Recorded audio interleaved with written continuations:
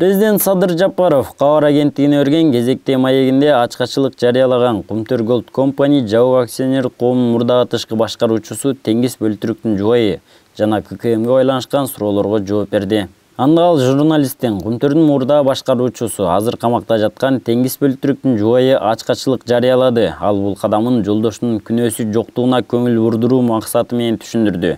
Ошондой эле Теңиз Бөлтүрүктүн эч кандай айыбы жок экенин белгиледи. Негизи кандай болгонун айтып берсеңиз, ал жакта алтын уурдалган фактылар болду беле деген суроосуна төмөндөгүчө жооп берген. Алтын жагынан эч ким 1 грамм да уурдай албайт. Көзөмөл системасы жакшы коюлган. Бул жагынан канадалыктарга эң жогорку баа берсек болот.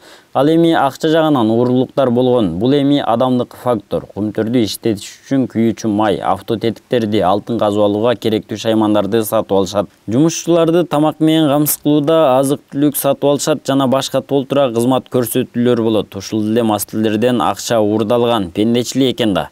Мамлекет билбей калат дешсе керек. Жакшылап көздү чоң ачып текшерсе баары чыгат.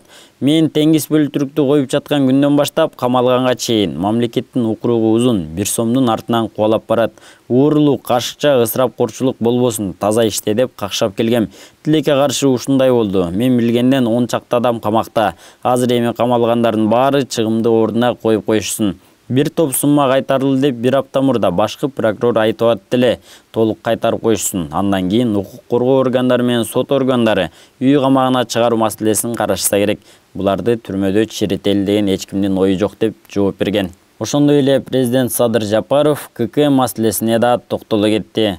ККМ боюнча толук маалымат берейинчи, карапайым жөнөкөй соодагерлер илгертен бери эле салыкты жашырбай төлөп, мамлекетти багып, орточо бай жана олигархтарды байытып келет.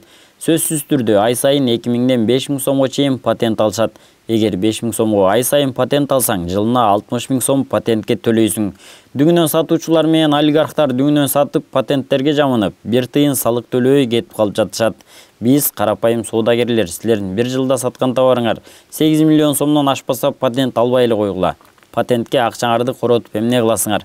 Болгону ККМ колдонгула, ККМди бекер берели. Силерден болгону сатып алуучуга чек берип тургула деп суранып жатабыз. Дүңүнөн сатуучулардан счет фактура алыла. Мамлекет силерден эмес, дүңүнөн сатуучулардан, бай бизнесмендерден салык алалы. Карапайым калкты кыйнабайлы. Эртерээк бутуна туруп алышсын деп айтып атабыз.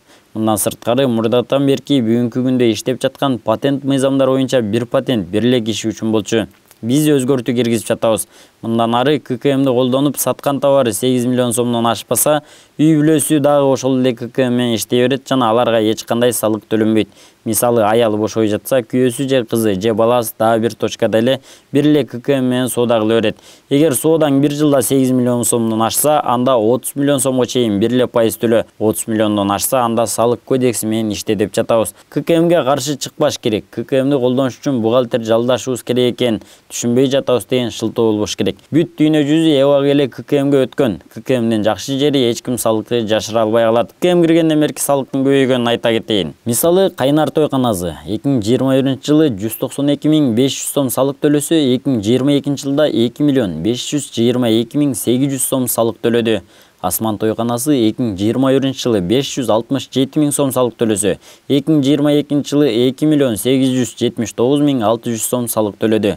Бул 1 эле жылда болгон жыйынтык. Биз салыктын тарифтерин 1 тыйынга дагы көтөргөн жокпуз. Мурдагы эле тарифтер же салыктын жаңы түрлөрүн киргизген жокпуз. Салыктын өз убагында көпчө болушу бул силердин ак эмгек акыңардын көбөйүшү, пенсия жөлөк пулдардын көбөйүшү, мектеп, бала бакчалардын салынышы, жолдордун асфальттанышы жана армияңдын күчтөнүшү деп жооп берген.